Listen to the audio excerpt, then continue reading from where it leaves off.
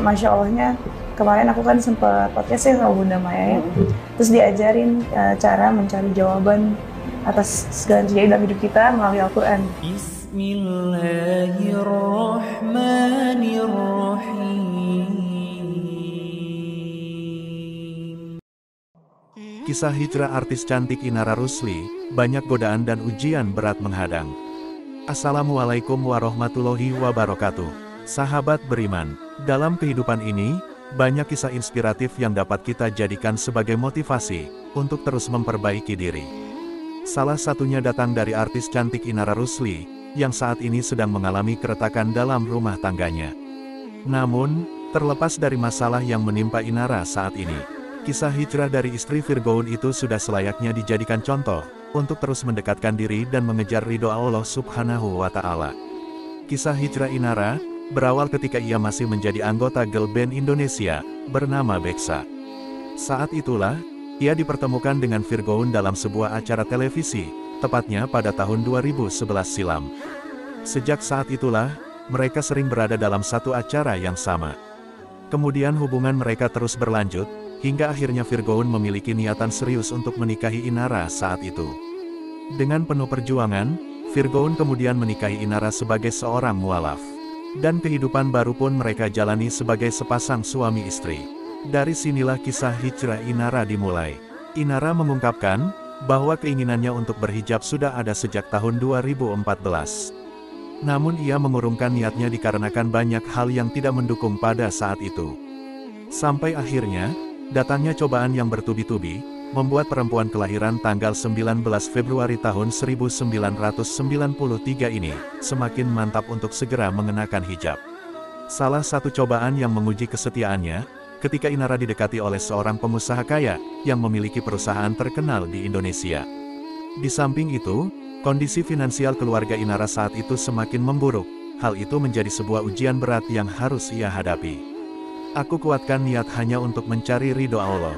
Karena aku cinta suamiku, aku cinta keluargaku, aku cinta anakku, apapun yang mengundang risiko pada rumah tangga kami, aku akan tinggalkan, tegas Inara. Di lain sisi, Inara melihat keseriusan Firgoun yang saat itu sedang mendalami Islam, membuat ia semakin mantap untuk segera berhijab. Ia mengaku malu melihat suaminya yang semangat belajar Islam.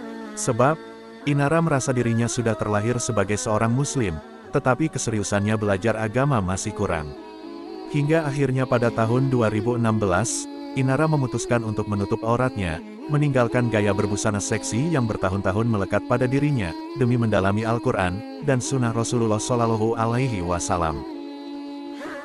Saat ini, Inara Rusli sedang menghadapi ujian yang sangat berat, rumah tangganya sedang berada di ujung perpisahan.